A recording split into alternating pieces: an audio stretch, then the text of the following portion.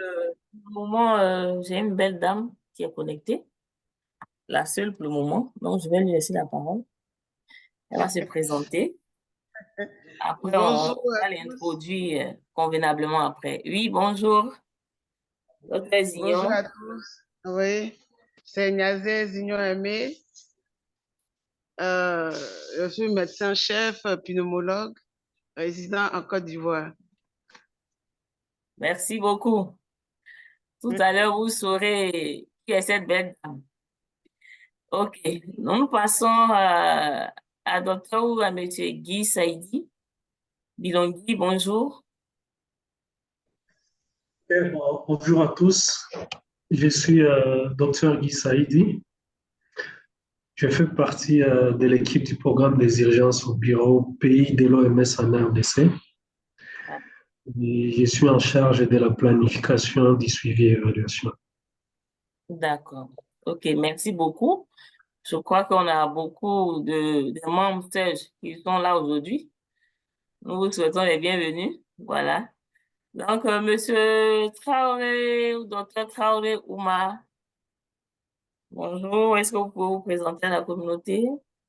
Ouvrez votre micro. Ouvrez votre micro. Votre micro, voilà. Ouvrez votre micro en bas. Le premier bouton à gauche sur votre écran. Moi, je Voilà, suis c'est bon. Dr Traoré Oumar. Oui, oui, c'est ouvert, c'est ouvert. Allez-y, Je suis présentez-vous. Dr Traoré Oumar, médecin santé publique, actuellement à la direction communale. Je suis Dr Traoré Oumar, médecin santé publique, actuellement à la direction communale de la santé de Kalouba-Conakry, en Guinée-Conakry, et chargé des opérations pour la riposte contre les épidémies dans la commune. Je vous remercie. Merci beaucoup. Comme je le disais, on a beaucoup de membres des équipes SAGE qui sont connectés aujourd'hui. Merci pour votre participation. D'accord. On va se tourner, je vais me tourner vers monsieur Célestin. Ouais. M-B. Bon, j'espère que j'ai pas écorché le nom. Je m'en excuse déjà. Oui, monsieur docteur Célestin, est-ce que vous pouvez ouvrir votre micro et vous présenter à la communauté? Oui, bonjour, moi c'est Dr Célestin Mwanzembe. Je suis médecin épidémiologiste. Je suis de la RDC, je travaille à la direction de surveillance épidémiologique D'accord. et je suis membre sur RDC. OK. Merci. Merci beaucoup à tous nos membres des équipes d'intervention rapide des pays, des différents pays. Merci pour votre participation. Un autre membre encore du CNUS, docteur Abderrahman, voilà. C'est la Bonjour, bonjour. Mauritanie. Bonjour, merci. Merci, bonjour, Bonjour. bonjour tout le monde. Moi, Oui, c'est Dr Abdelrahman Barakchi, médecin généraliste, membre de l'équipe Avoc Surge Mauritanie et chargé des opérations au niveau du CNUS Mauritanie. Merci. OK. Merci beaucoup à nos confrères de la Mauritanie et Merci. félicitations pour votre session de la dernière fois. Merci. Voilà. Merci. Merci à Merci de vous. prendre part à cette autre thématique qui est le Covid long ou la Covid longue. Voilà, ça se dit les deux. Inch'Allah. Merci et Merci. bienvenue dans cette communauté. Merci beaucoup. Voilà, donc je vais me tourner vers docteur Tatiana Fabrice Abafega. Bonjour à vous. Ouvrez votre micro. Docteur Fabrice, c'est un membre fidèle de la communauté. Bon, tout à l'heure, je vais revenir à vous. Donc, je vais me tourner vers monsieur ou madame, bon, je crois que ça doit être un nom, Albino Nanadi. Voilà. Oui, bonjour. Bonjour. Oui. C'est un problème avec les vidéos. Je suis Dr. Albin Nadje, le Oui, médecin des Nations Unies à Bissau. OK. Je suis très intéressé à participer dans votre source là d'information d'accord. et oui.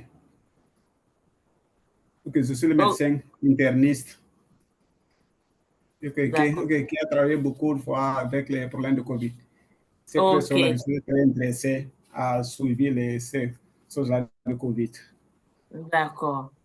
Donc, Ouais. vous allez rendre nos échanges très enrichissants tout à l'heure, vu que vous avez eu à gérer les malades de COVID-19. Donc, nous sommes maintenant après la phase aiguë, nous sommes dans la phase post-COVID. Et donc, la thématique de COVID long, vraiment, on aimerait apprendre aussi de vous. Merci beaucoup de votre présence. Ok, merci. Alex, monsieur Alex ou docteur Alex Bécalé, bonjour à vous. Est-ce que vous pouvez ouvrir votre micro et vous présenter la communauté? Oui, bonjour, je suis Alex Bekale Balogo, je suis Gabonais. En fait, je Oui. suis un ancien de COVID long. OK. Oui, j'avais une participation plus active en tant que chargé de la prévention et du contrôle des infections au niveau de l'Institut d'hygiène publique d'assainissement au Gabon, donc au Mhm. ministère de la Santé. OK. Actuellement, c'est toujours un plaisir pour moi de Mhm. participer à ces sessions, même si aujourd'hui, je suis enseignant, mais à l'Institut national de formation d'action sanitaire et sociale, toujours OK. dans la prévention des maladies C'est et ça. dans également la prévention et le contrôle des infections, hygiène et assainissement. Voilà, je D'accord. ne suis pas médecin. Merci. D'accord. Merci beaucoup. En tout cas, votre présence va nous apporter beaucoup d'informations, puisque ici, nous sommes dans une communauté où tous enseignent et tous apprennent.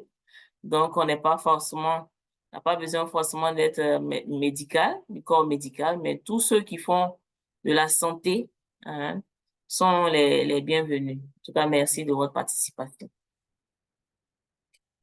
Euh, Monsieur ou docteur Serge Constant Jackie, est-ce que vous pouvez vous présenter à la communauté? Bonjour à vous, ouvrez votre micro.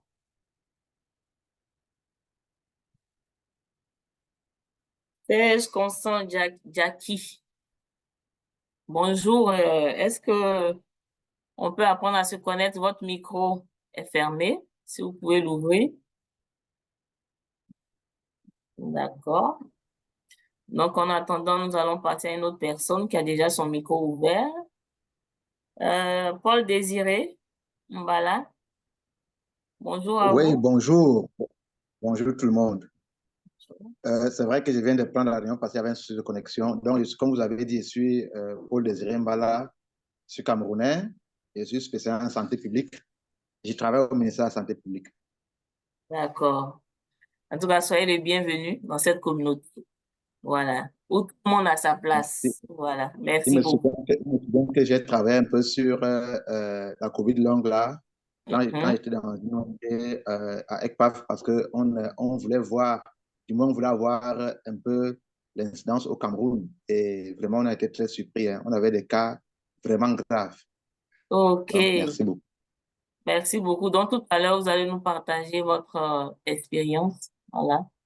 Puisque vraiment, on est là vraiment pour partager l'expérience, les bonnes pratiques dans le cadre de la gestion de cette pandémie, voilà, qui est encore méconnue dans sa phase post-Covid, après avoir géré la phase aiguë. Voilà. Merci beaucoup. Je vois Monsieur Alain. Oui, Ah, bonjour, bonjour, voilà, bonjour. Présentez-vous à la bonjour. communauté. Oui, merci encore. Donc, je suis d'Haïti. OK. Je suis d'Haïti, donc je vis aux Antilles. Donc, étant donné que le décalage horaire est C'est ça.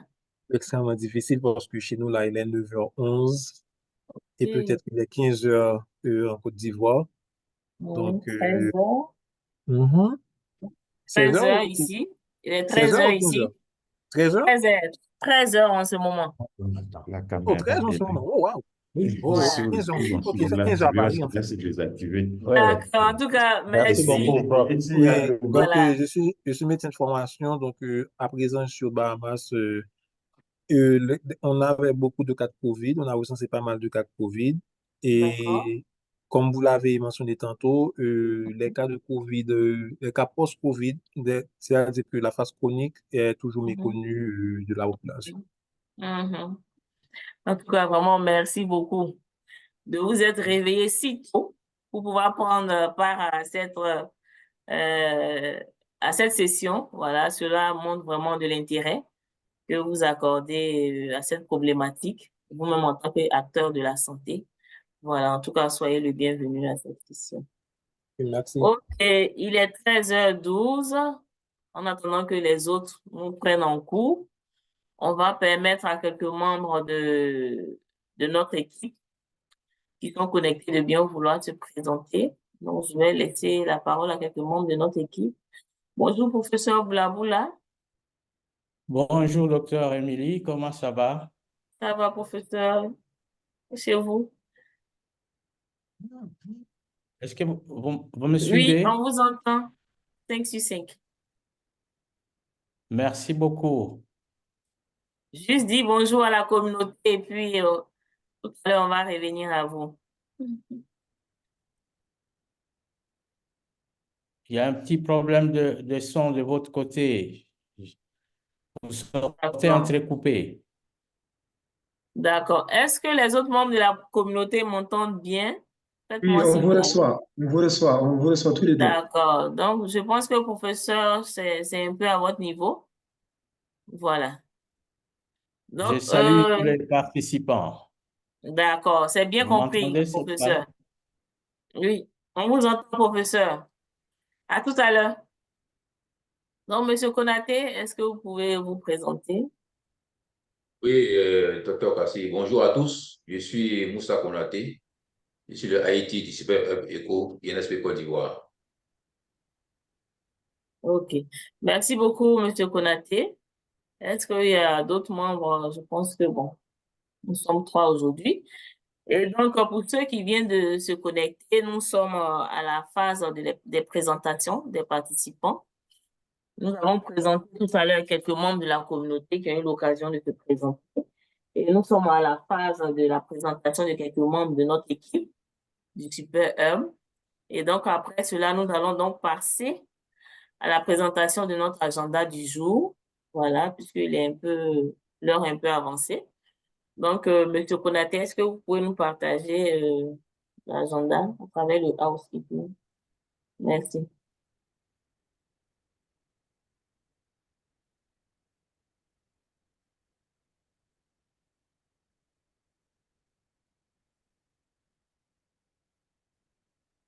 Un diaporama, s'il te plaît.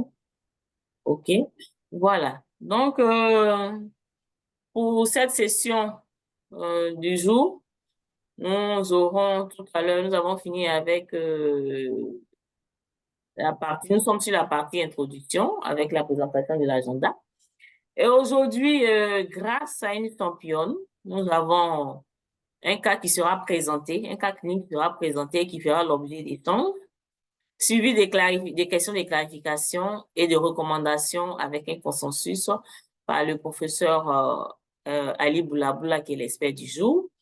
Et après les échanges autour du cas, nous allons passer à une présentation de l'expert, puisque c'est important que nous puissions apprendre davantage sur le COVID long. Donc, notre expert va nous faire une présentation didactique de 15 minutes, suivi d'échanges de 15 minutes. Et après, nous allons passer à la clôture de cette session avec le feedback du sondage. Voilà. Donc, lorsque nous avons des cas qui sont présentés, nos sessions durent autour de 1h, 1h15, 1h25, 1h30. Voilà. Donc, aujourd'hui, nous avons un cas qui sera présenté. Et pour rendre notre environnement d'apprentissage agréable, il est bon que nous puissions rappeler quelques consignes. Oui, Monsieur Konaté, prochaine diapo. Voilà. Donc, ne pas divulguer d'informations de santé protégées ou d'informations personnellement identifiables. Donc, c'est vraiment une session qui doit être conduite dans la confidentialité. Fermez vos micros lorsque vous ne parlez pas. Gardez votre vidéo allumée tout au long de la session et positionnez votre caméra correctement avec un éclairage adéquat, si possible, voilà, surtout pendant les échanges. Lorsqu'on vous demande de vous présenter, activez votre micro, dites votre nom, le nom de votre organisation et votre lieu de travail. Lorsque vous avez la parole, gardez votre téléphone portable en mode silencieux pour éviter les interférences. Assurez-vous d'avoir un débit Internet suffisant, voilà, le plus possible. Ensuite, pour les questions, levez la main physiquement ou utiliser les fonctions de lever la main dans le Zoom, voilà, pour pouvoir demander la parole. Oui, diapositive suivante. Restez en sourdine, à moins que vous ne parliez et éliminez ou réduisez les distractions environnementales pour améliorer la qualité du son. Voilà, lorsque vous avez la parole, vraiment, soyez dans un endroit où il y a moins de bruit pour qu'on puisse bien vous entendre. Voilà, utilisez un langage respectueux et approprié. Oui, nous sommes dans un cadre d'échange où on apprend des uns des autres. Donc, il faudrait qu'on soit vraiment courtois l'un envers les autres, les uns envers les autres. Voilà, diapo. Veuillez échanger dans le chat avec le IT pour résoudre les problèmes de Zoom. Voilà, si vous avez des difficultés, voilà, écrivez dans le chat, M. Konaté est à votre disposition. Entrez votre nom et votre organisation également dans le chat. Juste vous dire que les diapositives de présentation seront partagées dans la plateforme AIECO. Voilà, déjà, nous avons déjà positionné le cas qui sera présenté maintenant. Il est déjà en ligne. Donc, et vous dit que cette session est enregistrée et votre présence vaut consentement à être enregistrée. D'accord? OK. Pour obtenir un certificat de participation, vous devez remplir un court sondage. Nous vous fournirons un lien dans le chat pour accéder à l'enquête dès la fin de la session.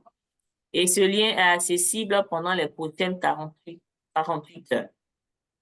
Le projet ECO collecte les inscriptions, la participation, les questions-réponses, les commentaires de chat, les réponses au sondage. Voilà, pour faire des enquêtes. Et vos données personnelles resteront confidentielles. Donc, faire des enquêtes, des rapports, des cadres, des communications, la recherche, voilà, pour informer de nouvelles initiatives. Donc, voici rappeler quelques consignes. Diapo. OK. Pour ceux qui ne sont pas dans notre groupe WhatsApp, vous pouvez nous joindre à travers le QR code en le scannant pour pouvoir nous rejoindre dans notre groupe WhatsApp. OK, merci beaucoup. Donc, voici vraiment rappeler des consignes très importantes pour un environnement vraiment convivial de notre session. Donc, après cette brève présentation, l'agenda également. Donc, je vais rappeler un peu pour les nouveaux membres qui nous ont pris aujourd'hui. Nous avons notre programme sur le COVID long. Hein, ce sont des sessions mensuelles qui vont durer tout au long de cette année jusqu'en décembre 2024. Et ce sont des sessions d'une heure qui varient d'1 heure à 1h30, selon qu'il y ait des cas à l'ordre du jour ou pas. Souvent, on est confronté à l'absence de présentation de cas. Voilà. Et tous les jeudis, à partir de 13 heures. Et donc, il y aura un certificat de participation pour tous ceux qui auront pris part à au moins 8 sessions, parce qu'on a prévu 10 sessions au cours de cette année, à au moins 10 sessions, et avoir fait également le sondage à la fin de chaque session. Donc, notre thème de ce jour, voici un peu présenter brièvement notre programme. Donc, je vais rappeler le thème de ce jour. C'est la COVID long sur la fibrose pulmonaire résiduelle. Et donc, pour ce thème, pour commencer ce thème, Nous avons une belle dame hein, aujourd'hui qui nous a donné rendez-vous, qui a donné rendez-vous à la communauté pour venir nous présenter un cas clinique autour duquel nous allons échanger. Donc, cette belle dame, c'est Dr Niazé Zignon Aimé. Elle vient de la Côte d'Ivoire. Elle est médecin-chef du centre antituberculeux de Dimbokro. C'est au centre de la Côte d'Ivoire. Donc, comme nous savons si bien le faire, chers membres de la communauté, est-ce qu'on peut ouvrir nos caméras et dire vraiment merci à notre champion du jour qui va présenter ce cas. Voilà. Donc, Dr Zignon, merci beaucoup de t'être prêté à cet exercice. Voilà. Pour que nous puissions échanger autour de ce cas et de bien apprendre. Nous demandons à ceux qui n'ont pas eu l'occasion de se présenter de bien vouloir donner leurs coordonnées dans le chat. Voilà, on pourra échanger après. Donc, M. Konaté, est-ce que vous pouvez nous positionner le cas pour que, chers membres de la communauté, je n'ai pas vu vos signaux, hein? Vos signaux d'encouragement hein, à notre champion du jour. Je n'ai pas vu les signaux. Qu'est-ce qui se passe? Envoyez les signaux, oui, voilà. Bon, je vais mettre des cœurs. Voilà pour la championne du jour. Merci beaucoup. Merci, merci. Merci à tous. Voilà. Donc, encourageons notre champion du jour qui va présenter le cas. Donc, Dr Aimé, vous avez toute la place pour nous présenter votre cas du jour. Merci. D'accord. Bonjour à tous.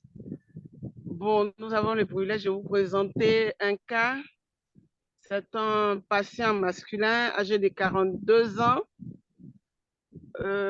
qui a eu la COVID depuis janvier 2022. Et les principaux systèmes d'organes affectés, c'est le système respiratoire. Diapo, s'il vous plaît. Le système respiratoire. Le patient a été hospitalisé pendant une dizaine de jours pour antécédents, une comorbidité comme le diabète. Diapo, s'il vous plaît. Diapo encore. Pour la petite histoire, c'est un patient de 42 ans, diabétique connu au décours d'une infection pulmonaire à COVID-19 en janvier 2022 avec un séjour d'une dizaine de jours en hospitalisation. Le patient n'est pas hypertendu et ne rapporte aucun autre antécédent notable. En décembre 2023, il s'est plaint d'une toux sèche intermittente sans dyspnée, sans symptomatologie, qu'il a gardée depuis la fin de l'hospitalisation pour COVID-19. Son état général était conservé, le patient n'était pas orthopnéique, saturation en oxygène à 95%, obésité grade 2, en auscultation cardiovasculaire, le panicule adipeux était important, mais sans grande particularité. Le reste de l'examen était sans particularité. En examen, les examens réalisés, numération urécréate, acide urique et la CRP étaient normaux. L'hémoglobine glyquée était à 8,1% et la glycémie 142 mg par décilitre. Le scanner thoracique a objectivé un aspect en verre dépoli des bases suspectes de fibrose bibasale. L'écho-cœur, bonne fonction avec fraction d'éjection ventriculaire à 64%. En conclusion, nous avons opté pour une COVID longue sur fibrose pulmonaire résiduelle. Et le traitement reçu, la colchicine à 1 mg par jour plus montelukast à 10 mg par jour. Merci pour votre aimable attention. OK, on peut applaudir notre championne pour ce cas qui a été présenté. Merci beaucoup à notre championne, Dr Niazé, pour ce cas très intéressant qui vient d'être présenté. Nous allons faire l'effort de vous résumer ce cas. Donc, ce cas, il s'agit d'un patient de 42 ans, diabétique connu, voilà, qui a été hospitalisé en janvier 2022 pour une COVID longue pendant 10 jours et qui a présenté, après sa guérison, qui a présenté une toux sèche intermittente durant une longue période et qui a décidé de consulter en décembre 2023 face à la persistance de cette toux. Voilà. Et donc, à l'examen clinique, l'état général était bon. L'examen qui a été fait, c'est le scanner qui a mis en évidence un aspect de verre de poli, des bases suspectes, et donc le diagnostic de COVID long sur une fibrose pulmonaire résiduelle a été posé, et donc le malade a été mis sous traitement à base de colchicine et d'un autre médicament. Voilà. Donc, voici résumé le cas. J'espère que j'ai été fidèle. Donc, Niazé, est-ce que j'ai été fidèle à... Oui, c'est à peu près ça. Oui, c'est ça. Vous D'accord. avez été très fidèle. OK. Merci beaucoup. Donc, nous allons donc passer à la phase des échanges. Voilà, chers membres de la communauté, voici un cas qui vient d'être présenté. Monsieur Konaté, est-ce que vous pouvez maintenir toujours le cas à l'écran pour, on ne sait jamais, pour certains qui ont besoin d'autres informations. Donc, nous allons passer aux échanges. Est-ce que avez-vous des questions de clarification sur ce cas qui a été présenté? Chers membres de la communauté, on est là pour apprendre. Donc, vous avez la parole. Voilà. Oui, monsieur Dr. Alain Médijan, allez-y pour votre question de clarification. Ok, bon, j'ai une question, c'est par rapport au traitement. Donc, je sais que le monter le cas, on va dire ça, ça agit contre les leucotriènes. En fait, parce qu'on sait que les leucotriènes, ça entre dans le cas d'information, l'inflammation, et on utilise ce médicament dans le cas d'ABS. Est-ce que lors de l'examen clinique, est-ce que vous avez pu remarquer des sifflements ou des râles? Donc, c'est pour cette raison que je voudrais savoir pourquoi on a opté pour monter le cast au lieu de la cortisone, par exemple. D'accord. Merci beaucoup pour cette question. Pour cette question, nous allons l'adresser à l'expert, professeur Boulaboula. Voilà. Donc, il y a un membre de la communauté qui souhaiterait savoir pourquoi est-ce que c'est le Monte-Carlo qui a été opté et est-ce qu'à l'examen clinique, on a retrouvé des sifflements de ce patient. Professeur Boulaboula, et après je Merci, viens, voilà. merci madame pour la parole. Je voudrais bien dire que ce dossier qui nous a été transmis ne montre pas les éléments en faveur de ce médicament. Et je pense que le médecin qui l'a reçu avait des raisons pour lui en prescrire. Voilà tout ce que je peux dire à ce niveau du débat.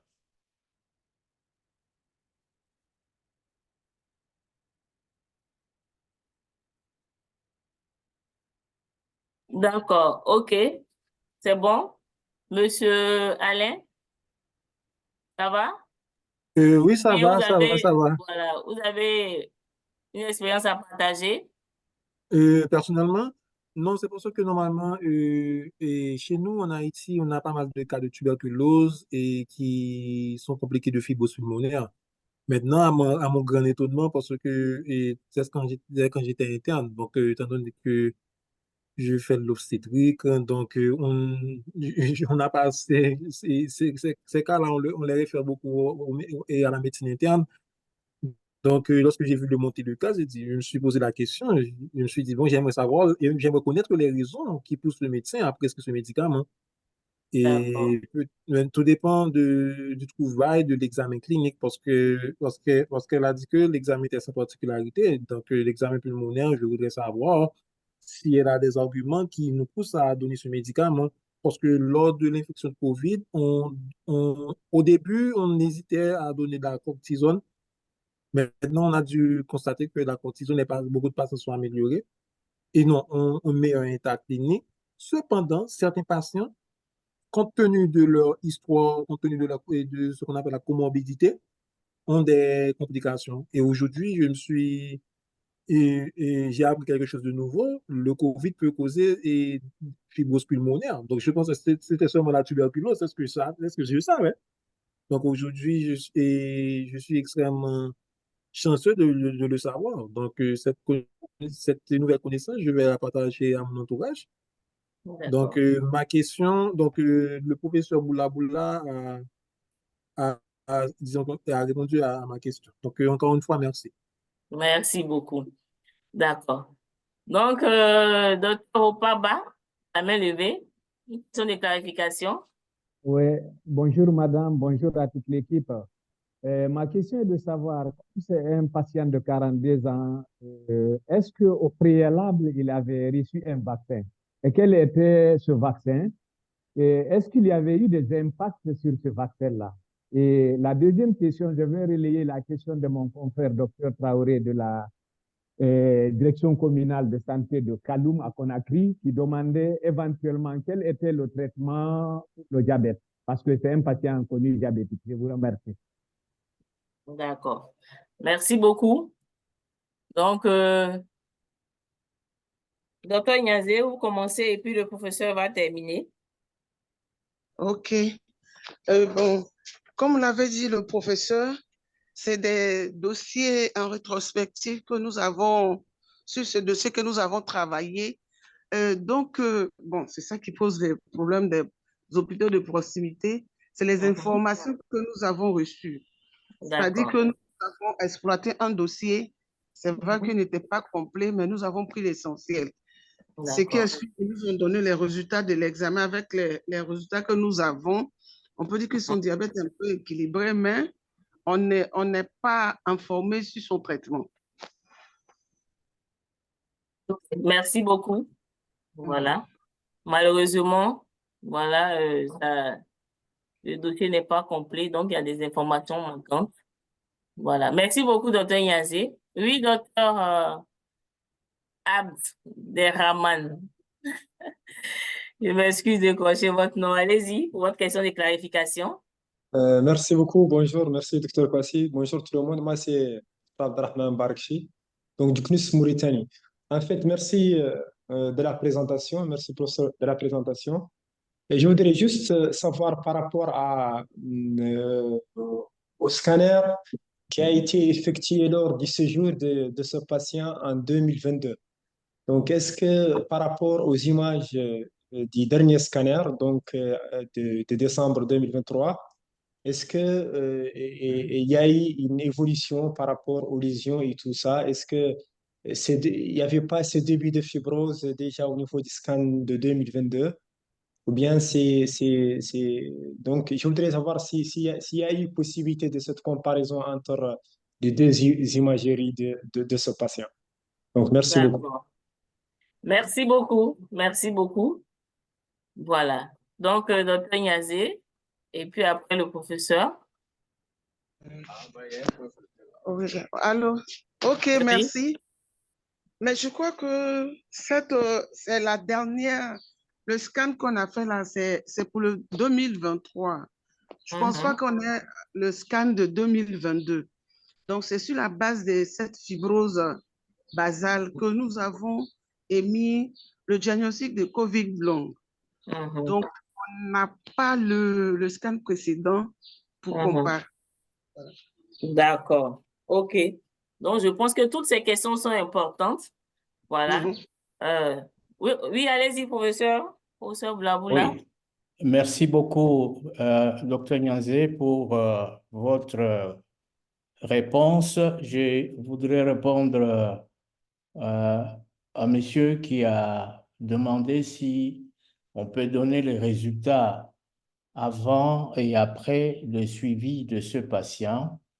Il faut dire que le coût de cet examen, de cette exploration, ne peut pas permettre dans nos milieux, du moins chez moi, que la personne le fasse à chaque consultation qu'il amène chez le médecin. C'est cher. Il ne peut pas le faire. De deux, j'ai eu confirmation que le patient venait de 120 km de la ville de Bukavu, donc il vient de Goma, pour venir se faire consulter à Bukavu, où il ne réside pas habituellement. Donc, pour toutes ces raisons, je pense qu'il n'a pas eu l'occasion et les moyens de faire 2 scanners.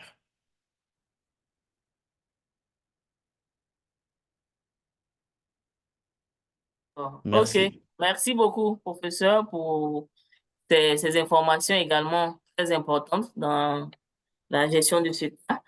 Avez-vous, chers membres de la communauté, une autre question de clarification encore? Sinon, on va peut-être nous tourner vers l'expert pour ces questions de clarification.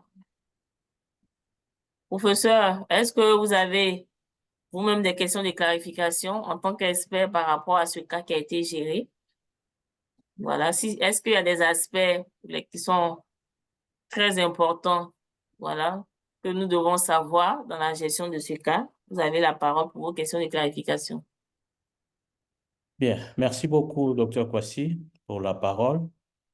En fait, l'intérêt des dossiers, de traiter des cas avec dossier, moi, je les trouve, premièrement, nous allons présenter un cas difficile, un dossier difficile à la communauté, et comme c'est une communauté de partage, ceux qui ont une expérience donnée peuvent la partager avec l'équipe qui a suivi le cas, et à travers les recommandations, la prise en charge peut toujours être améliorée. Deuxième intérêt, c'est que chaque dossier qui arrive peut avoir un élément qui peut intéresser aussi la communauté dans le partage des expériences, mais tout aussi dans un intérêt théorique. Voilà les deux intérêts que moi je vois à apporter des dossiers, complets ou incomplets, mais que nous ayons un point de départ sur lequel nous pouvons échanger. Et moi, j'encourage pour l'avenir de nos échanges que cela se fasse sur base des dossiers. Merci, Dr. Kwasi. Merci, professeur, pour tous ces éléments de clarification. Donc, chers membres de la communauté, vous êtes invités à partager votre expérience autour de ce cas. Est-ce que si vous avez eu à gérer des cas semblables, est-ce qu'il y a des aspects pour lesquels il faut tenir compte? Tout à l'heure, nous allons en venir aux recommandations. Donc, par rapport au traitement de ce cas, quelles sont les recommandations que vous formulez pour une amélioration de la prise en charge et du suivi de ce patient qui est devenu COVID long? Voilà.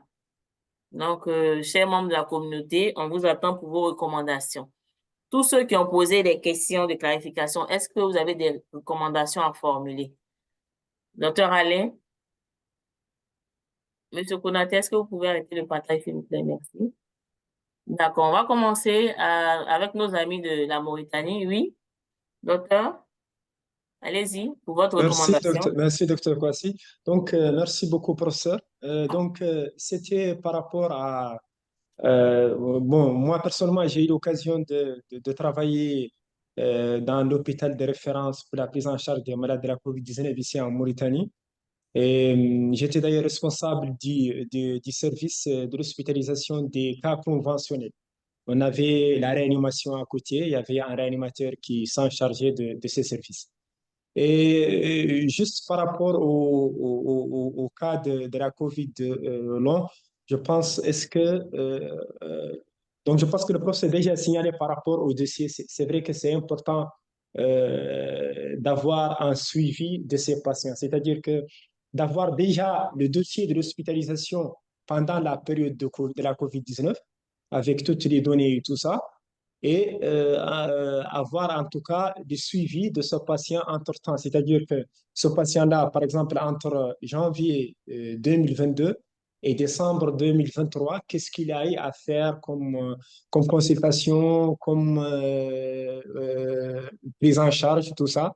Et peut-être aussi, et je pense que l'un des collègues, l'un des participants l'a signalé, c'est aussi important que par rapport à ce diagnostic de COVID long, ne pas aussi passer à côté des autres suspicions qu'on connaît déjà chez ce genre de malades qui ont des pathologies chroniques, à savoir des diabétiques. Donc, il y a l'un des collègues qui a signalé la tuberculose, tout ça, et faire toujours à chaque occasion tout un bilan complet. Je sais que le collègue, sûrement, la prise en charge était beaucoup plus détaillée que cela, que ce soit l'évaluation sur le plan cardiaque et tout ça. Donc, si parfois certains de ces données aussi peuvent ressortir, ça sera intéressant. Donc, c'était juste la recommandation par rapport à ce suivi. Donc, c'est une période ou suivi permanent de ce genre de patients. Donc, pour ce qu'ils font comme consultation et comme prise en charge entre-temps. Donc, merci beaucoup. C'était juste ça. Merci beaucoup. D'accord. Vraiment, merci beaucoup pour toutes ces recommandations. Est-ce qu'il y a d'autres personnes, d'autres membres de la communauté qui souhaiteraient formuler une recommandation? Docteur Alain, avez-vous une recommandation à formuler? Pas encore, parce que je vais me déplacer pour me rendre au bureau et puis ensuite je vais reconnecter. D'accord. D'accord. OK. Je vous arrive. D'accord, merci beaucoup. Avez-vous d'autres recommandations, chers membres de la communauté? Nous sommes à la partie des recommandations après les échanges sur ce cas qui a été présenté et géré.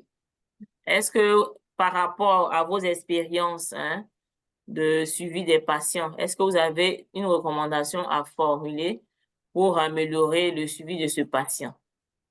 Avant que nous ne passions la parole à l'expert du jour, qui va également formuler des recommandations. Docteur Valentina, bonjour. C'est l'une de nos expertes. Voilà. Est-ce que vous avez des recommandations à formuler avant que nous ne passions au professeur Blaboula? Oui, bonjour, docteur Kwasi. De mon côté, je n'ai pas d'autres recommandations. Je pense que tout a été dit et nous attendons notre expert, professeur Ali, pour des clarifications et des recommandations. Merci. Merci beaucoup. Donc, professeur, voilà quelques recommandations formulées par la communauté. Voilà, concernant le suivi du patient en tenant compte de son ancien dossier, c'est-à-dire lorsqu'il a été hospitalisé, tenu compte de son ancien dossier, des informations qui s'y trouvent, et de faire également des comparaisons par rapport aux résultats actuels de ces examens. Ensuite, de faire un suivi permanent de ces patients-là, surtout qui présentent des tableaux de comorbidité, et faire également un bilan plus complet, donc c'est-à-dire une prise en charge multidisciplinaire. Donc, professeur, voici quelques recommandations qui ont été formulées. Est-ce que donc je vous laisse la parole pour vos recommandations et un consensus sur les recommandations à retenir? Merci beaucoup, Dr. Kwasi. Je remercie aussi tous les intervenants pour leurs remarques et recommandations. J'en fais mienne et je pourrai communiquer à l'équipe qui a suivi ce patient.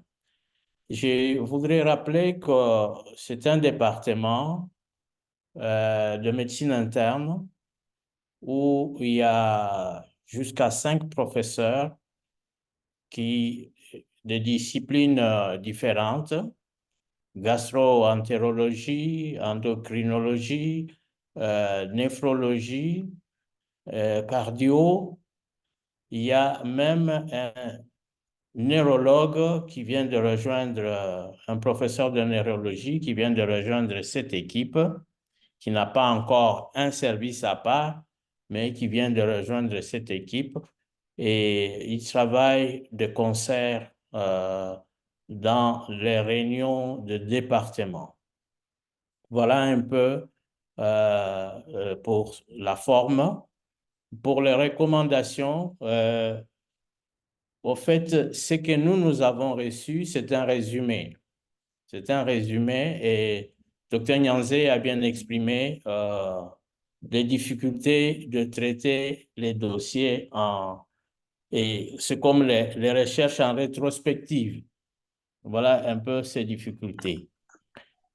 Je n'ai pas autre chose à ajouter. Je remercie tous les intervenants et je ferai part à l'équipe qui m'a passé ce dossier. Merci. OK, merci beaucoup, professeur. Il y a une recommandation dans le chat qui est la bienvenue puisque vous avez dit que le malade parcourait 120 km pour venir faire son suivi. Donc, une recommandation a été faite dans ce sens, que la structure qui a reçu le patient puisse être en lien avec sa structure locale pour pouvoir rapprocher vraiment son suivi. Voilà, aussi la recommandation qui a été faite au niveau du chat. Donc, sur ce, nous disons merci. Voilà, docteur Ronyazé, est-ce Oui, que toutes ces recommandations sont applicables sur le terrain? oui, c'est possible, c'est possible. Je crois que c'est possible. Si on y met du sien, c'est possible. D'accord. OK, merci beaucoup. Donc, chers membres de la communauté, donc, on va inviter Dr Nyanzé à nous présenter un autre cas, surtout qu'elle travaille dans un centre qui est spécialisé dans les poumons, alors que le poumon est l'un des organes où aime régner le virus, le SARS-CoV. Donc, nous allons inviter Dr Nyanzé à nous présenter un autre cas à une autre prochaine session. Et donc, nous allons dire merci à Dr Nyanzé. Est-ce qu'on peut envoyer des signaux pour ce cas qui a été présenté? Merci, merci à toi. Chers membres de la communauté, aujourd'hui, je ne vous sens pas trop, qu'est-ce qui se passe? Voilà, envoyez des signaux, voilà, commencez à le faire. Merci beaucoup, merci beaucoup. Donc, sans transition, voilà, merci. Merci à notre présentatrice du cas. Sans Merci transition. beaucoup, Agnasé. Sans transition aucune, nous laissons toute la place à notre professeur Ali Boulaboula qui n'est pas à présenter, qui n'est plus à présenter, puisque depuis 2023, il est avec nous dans le cadre de la mise en œuvre de ce programme. Donc, professeur, vous avez toute la place pour votre présentation didactique. Merci beaucoup, Dr Kwasi. Je vais essayer de partager mon écran pour lancer la présentation. Si on peut me permettre de partager. Bon. Ah oui, c'est bon.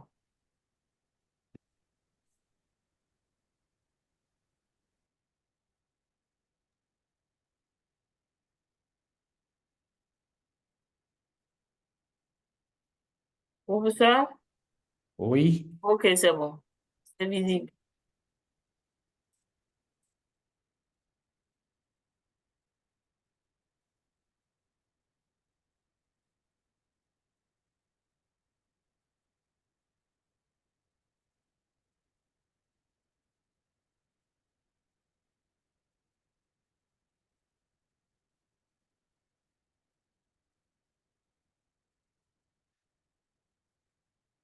Est-ce que mon écran est visible?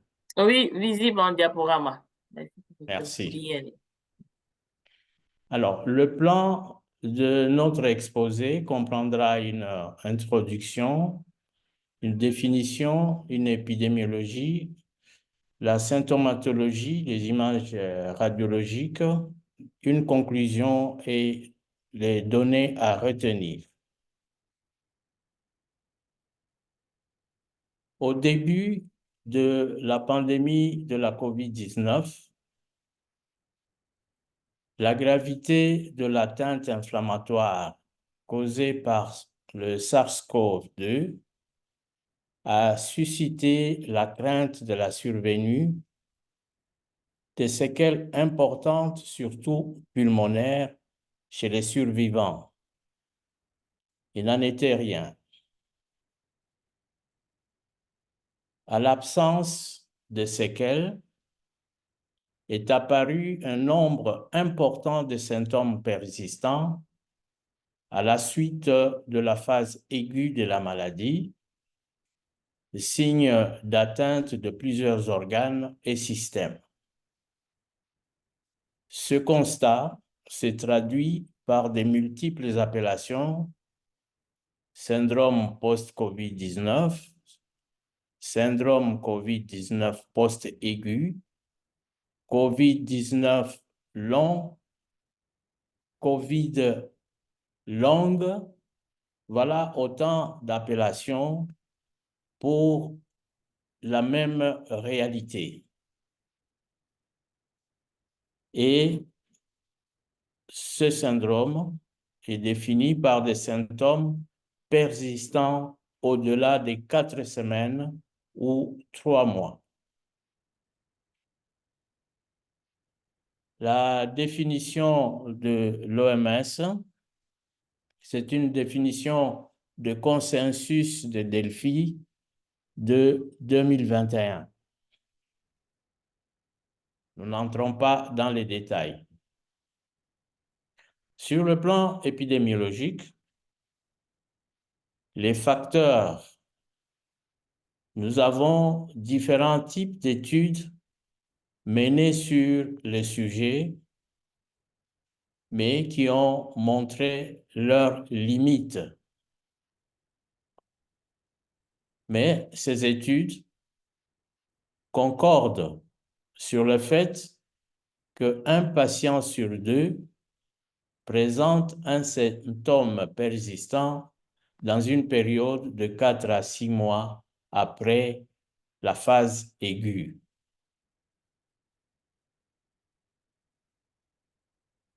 L'incidence de COVID longue serait faible pour les patients n'ayant pas été hospitalisés.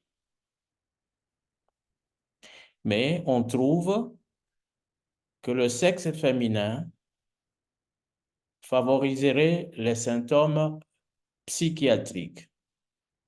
En clair, ça veut dire que devant les symptômes psychiatriques, on trouve beaucoup plus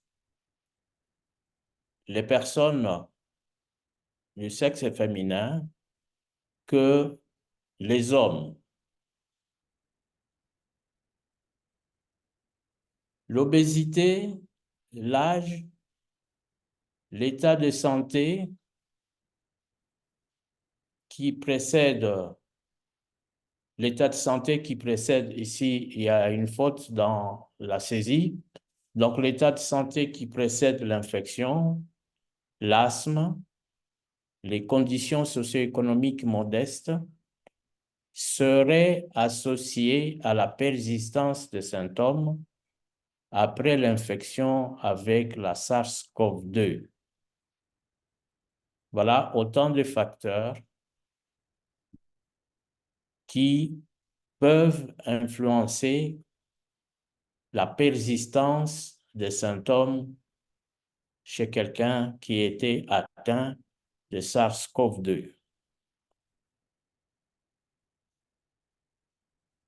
La gravité de l'infection initiale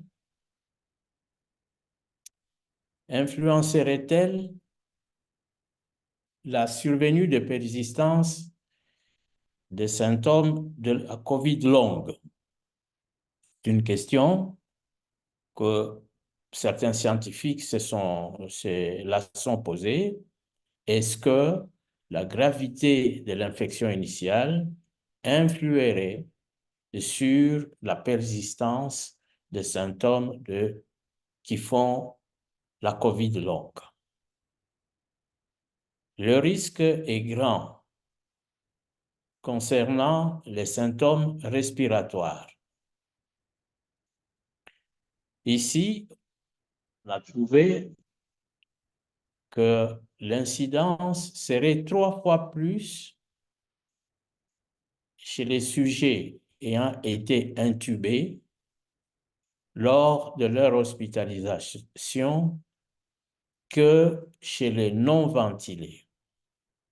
Donc, si nous prenons 2 groupes de patients, ceux qui ont été atteints de SARS-CoV-2, hospitalisés et ventilés, chez qui on a procédé par la ventilation, eh bien, on trouve beaucoup plus de cas de personnes qui font la COVID longue que d'autres qui ont été hospitalisés mais non ventilés.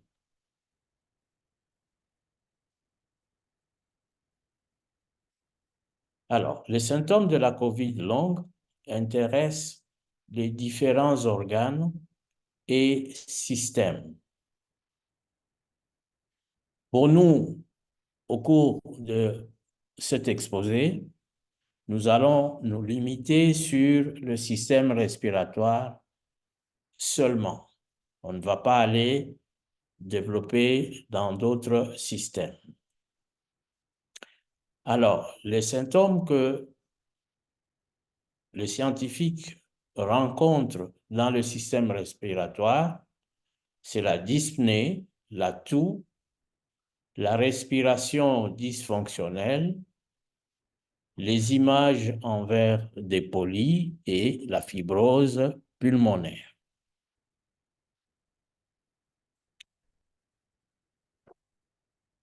La dyspnée, c'est le symptôme plus fréquent avec 41%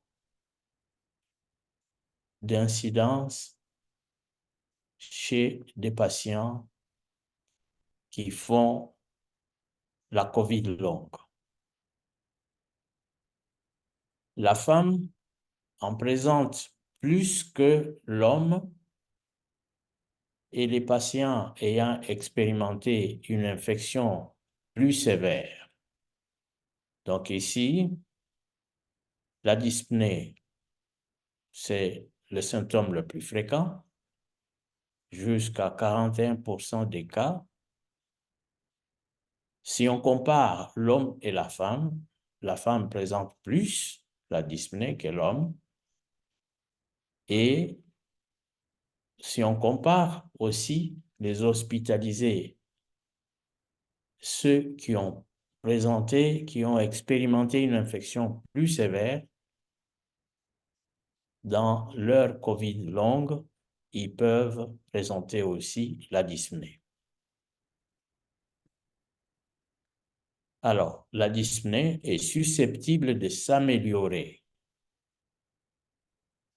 Et on pense à une origine multiple de cette dyspnée et surtout l'origine cardiaque.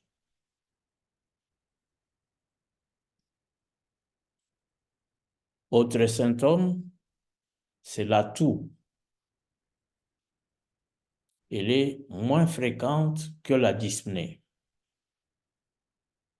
Elle est rapportée à 8% des cas.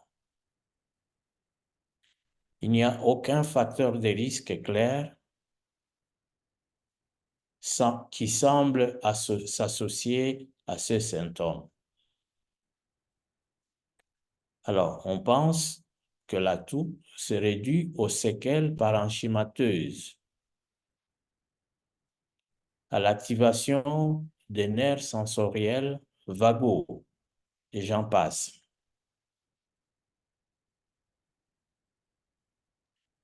Autre symptôme, c'est la respiration dysfonctionnelle.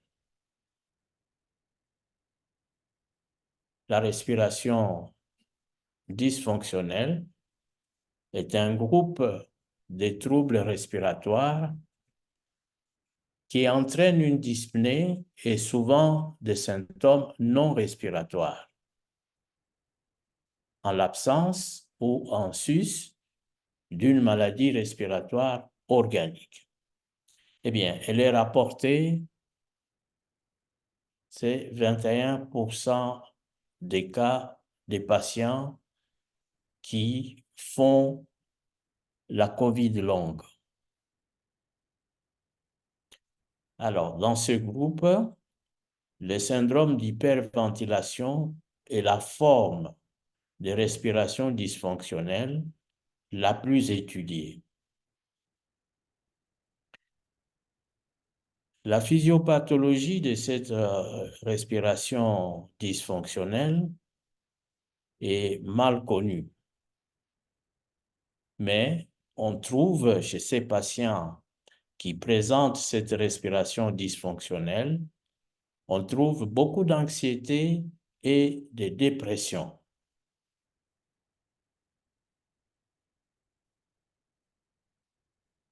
Les images radiologiques, les séquelles radiologiques, elles sont rares chez les survivants en dépit de la sévérité des lésions pulmonaires lors de la phase aiguë de la maladie.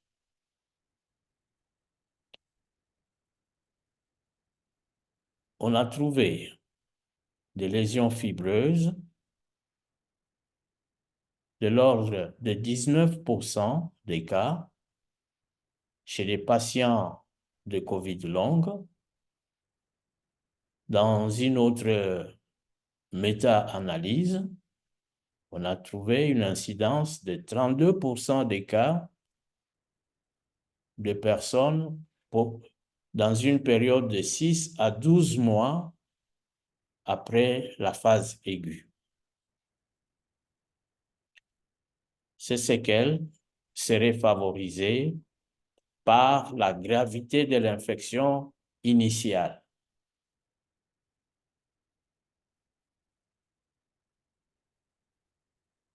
Autre élément, ce sont les opacités en verre dépoli. Ce sont les lésions radiologiques élémentaires du COVID-19 aigu.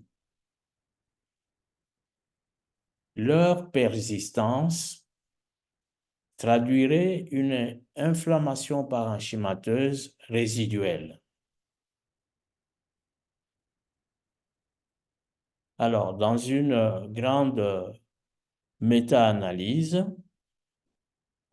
on a rapporté une incidence de 34% chez les patients de post-COVID-19.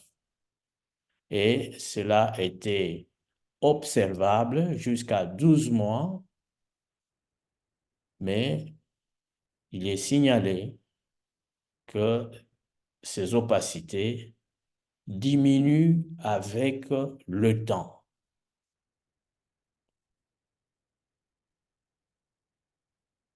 Les opacités en verre dépoli.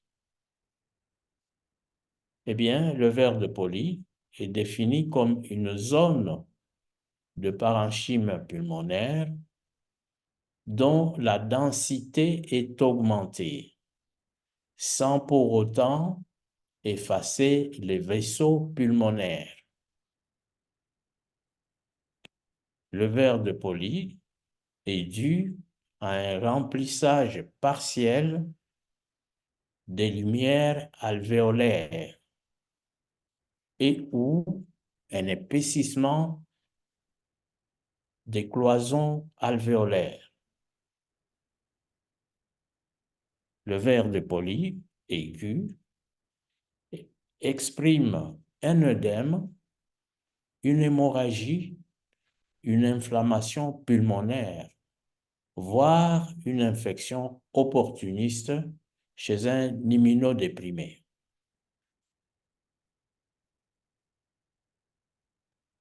Alors, la tomodensitométrie.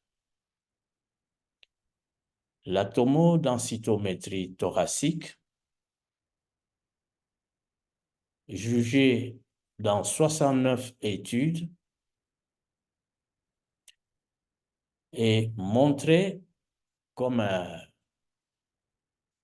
outil qui a correctement diagnostiqué la COVID-19 chez 87% des personnes qui en étaient atteintes.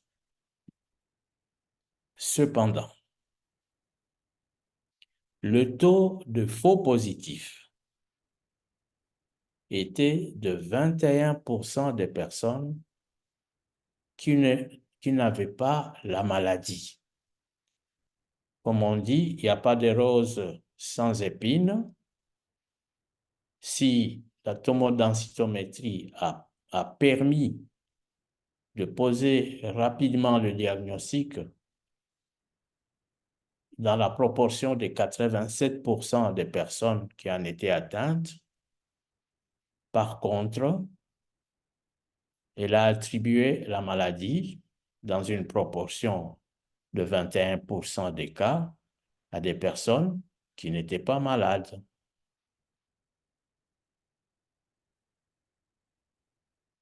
En conclusion, les lésions parenchymateuses fibreuses existent chez des personnes qui font la COVID longue. Elles sont réversibles. Les opacités en verre de poli ont été rapportées avec une incidence variant entre 19 et 34% des cas selon les revues et analyses et méta-analyses. Que pouvons-nous retenir à la fin de cet exposé? Eh bien, les lésions pulmonaires rencontrées dans la COVID longue, c'est la dyspnée, la toux, la respiration dysfonctionnelle, les opacités en verre de poli, la fibrose pulmonaire. Je vous remercie pour l'attention. Merci beaucoup, cher maître, professeur Ali Boulaboula. Est-ce qu'on peut envoyer des signaux, chers membres de la communauté, pour cette présentation, cette très belle présentation, voilà, qui nous a permis vraiment d'aller tout doucement aborder tous les aspects. Moi, en tout cas, j'ai beaucoup appris. J'espère que c'est le cas pour vous. Et donc, nous allons sans plus tarder passer, si vous avez encore des questions de compréhension, de clarification à poser sur cette belle présentation du professeur, voilà, vous avez la parole. Ceux qui souhaiteraient intervenir, poser une question, voilà. Après tous ces éléments qui ont été donnés, voilà. OK, allez-y, docteur. Merci beaucoup, docteur Kwasi. Merci au professeur de la présentation qui est intéressante et concise. Donc, c'était juste par rapport au fait qu'on dit que cette COVID long est en rapport, ou en tout cas les lésions de fibrose sont en rapport avec l'infection initiale. En même temps aussi, j'ai cru voir que la gravité des lésions initiales aussi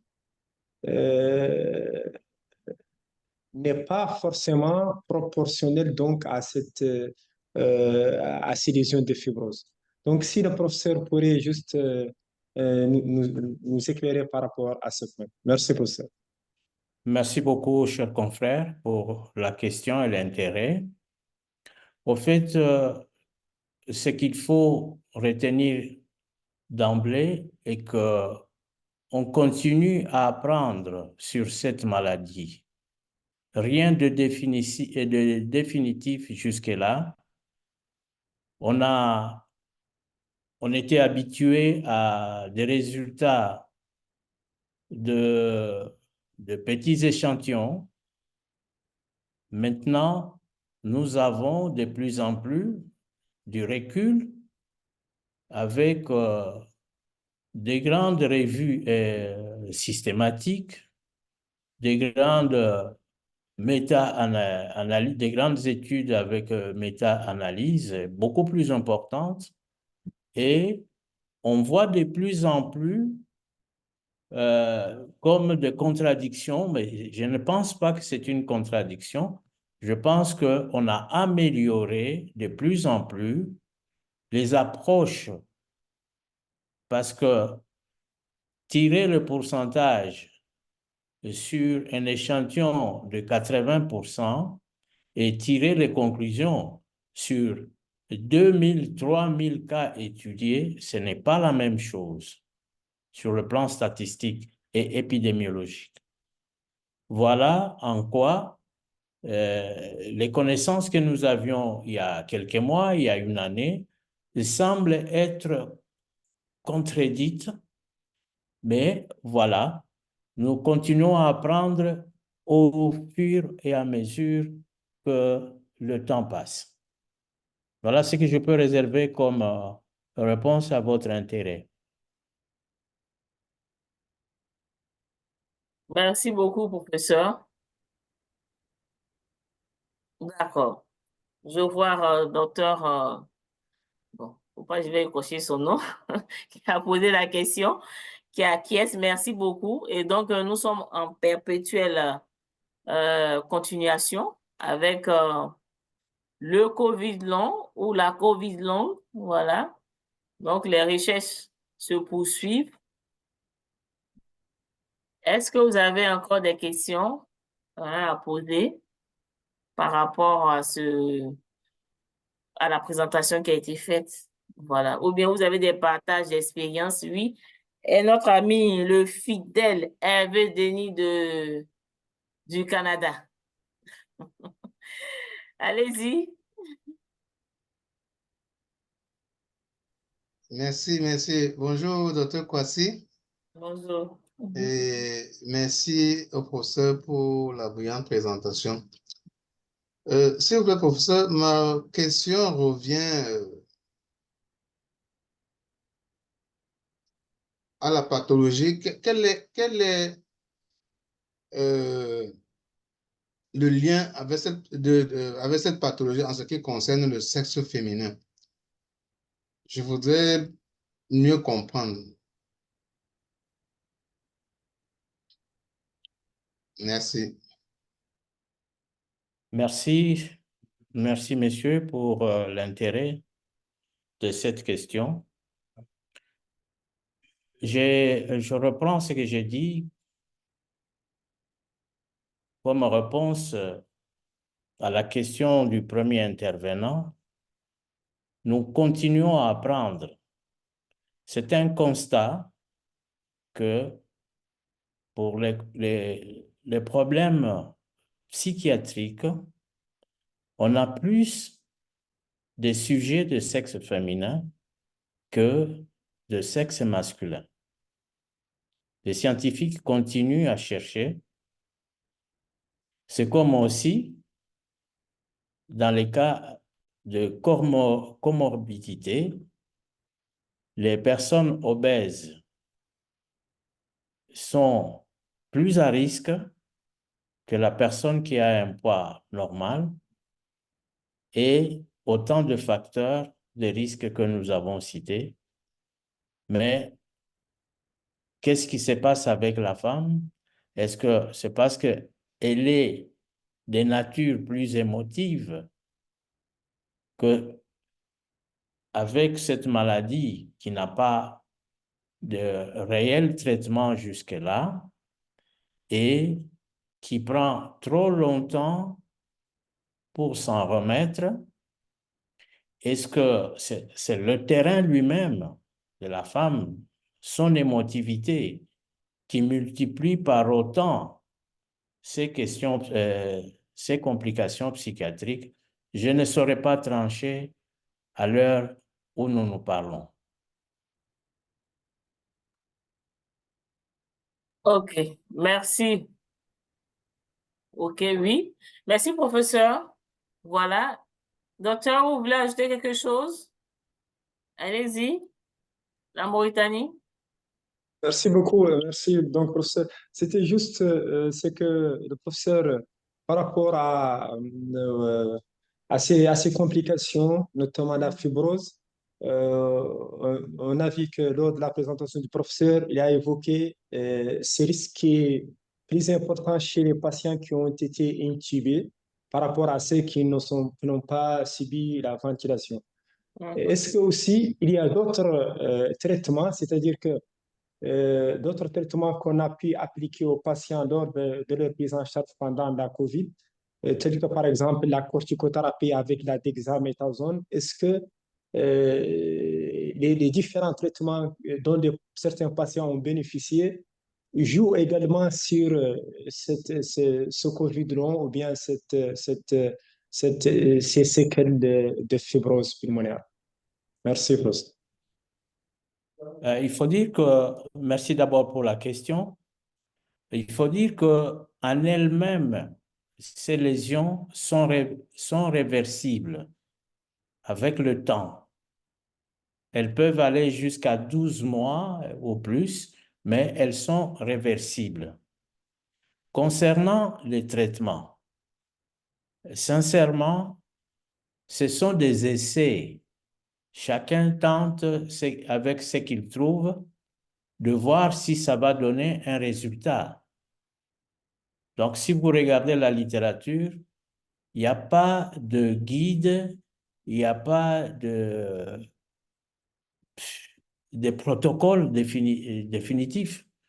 Jusque-là, on essaye, on tente avec ceci en fonction des données physiopathologiques qu'on découvre de plus en plus. Rien de définitif jusque-là. S'il y a quelque chose qui va, moi, j'appellerais ça des technologies à mi-chemin. Donc, nous n'avons pas encore des technologies définitives, mais qui sont encore à mi-chemin, quitte à améliorer la situation de nos malades. Merci beaucoup, professeur, pour tous ces éléments qui nous permettent, en tant qu'acteurs de la santé, d'avoir des orientations pour améliorer le suivi de nos patients. Comme le professeur le disait, la recherche se poursuit, mais pour l'heure, les données qui sont disponibles nous permettent de pouvoir attirer notre attention dans la prise en charge des patients pour ayant présenté un COVID-19 et donc pour lesquels certains éléments sont à prendre en compte dans le suivi de ces patients, notamment la gravité de la phase initiale, important, le professeur l'a dit, certains facteurs, notamment l'obésité, la comorbidité, l'âge, ensuite, voilà. Donc, voici un peu le sexe, voilà. Donc, voici un peu quelques facteurs pour le moment dont les données nous permettent d'en tenir compte dans le suivi de nos patients qui vont venir, pour lesquels nous devons vraiment faire un suivi. Merci, professeur. Et donc, merci pour tous ces éléments qui vont aider les prestataires que nous sommes sur le terrain pour le suivi des patients COVID long en tenant compte de ces différents facteurs. Donc, chers participants, nous allons dire merci au professeur, envoyer des signaux pour ces informations pour l'heure très importantes, mais qui sont évolutives, voilà, en fonction des données de recherche, voilà. Et nous allons vous inviter à faire le feedback. Voilà, nous avons mis le lien dans le chat. Nous avons besoin de vos retours sur ce programme, sur le contenu, sur tout ce qui est fait. Nous avons vraiment besoin de votre retour sur cette session, donc ce feedback aujourd'hui, c'est pour la session de ce jour. Donc, nous vous invitons à le faire maintenant. Et aussi vous inviter à nous envoyer des cas, à présenter des cas des patients qui font qui font l'objet de suivi, voilà, pour que nous puissions échanger, apprendre aussi sur ces différents cas-là. Nous vous encourageons pour nos prochaines sessions. Voilà, donc nous tirons vers la fin de cette session. Et notre prochaine session, de façon spéciale, le mois prochain, nous aurons 2 sessions, tenant compte de la disponibilité de nos experts, nous aurons 2 sessions. Donc, le 6 juin, nous aurons notre prochaine session. Et le 27 juin, nous aurons également une session. Donc, la prochaine session, c'est prévu pour le 6 juin à la même heure. Et donc, le thème vous sera proposé. C'est toujours, je crois que c'est toujours l'organe noble, le poumon, qui sera encore à l'ordre du jour, voilà, au cours de cette session. Donc, sur ce, merci. Et on peut ouvrir maintenant nos caméras pour qu'on puisse se dire au revoir et se donner rendez-vous le 6. N'oubliez pas de faire le sondage parce que ça fait partie des critères pour l'obtention du certificat. Donc, nous vous encourageons vivement à faire les sondages après chaque session.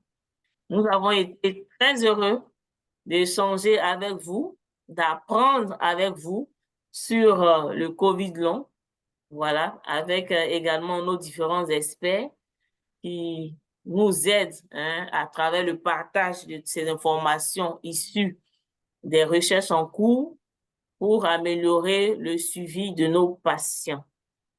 Voilà. Donc, on se dit au revoir, mais je n'ai pas vu vos visages. Ouvrez vos caméras, s'il vous plaît. On va se dire au revoir. Nous sommes à la fin. Donc, vous pouvez ouvrir vos caméras pour quelques minutes. Et puis, voilà. Merci beaucoup, merci beaucoup. Merci à tous. Faites le feedback et rendez-vous le jeudi 6 juin. Bon week-end à tous et puis bien de choses à toutes vos familles. Que Dieu nous garde tous. Merci. Au revoir. Au revoir, docteur. Au Merci. revoir, docteur Kwasi. Merci, professeur. Merci, professeur. Merci, au revoir. Au revoir, tout le monde. Au revoir, expert Mbala. Au revoir. Au revoir, Canadien Denis Hervé.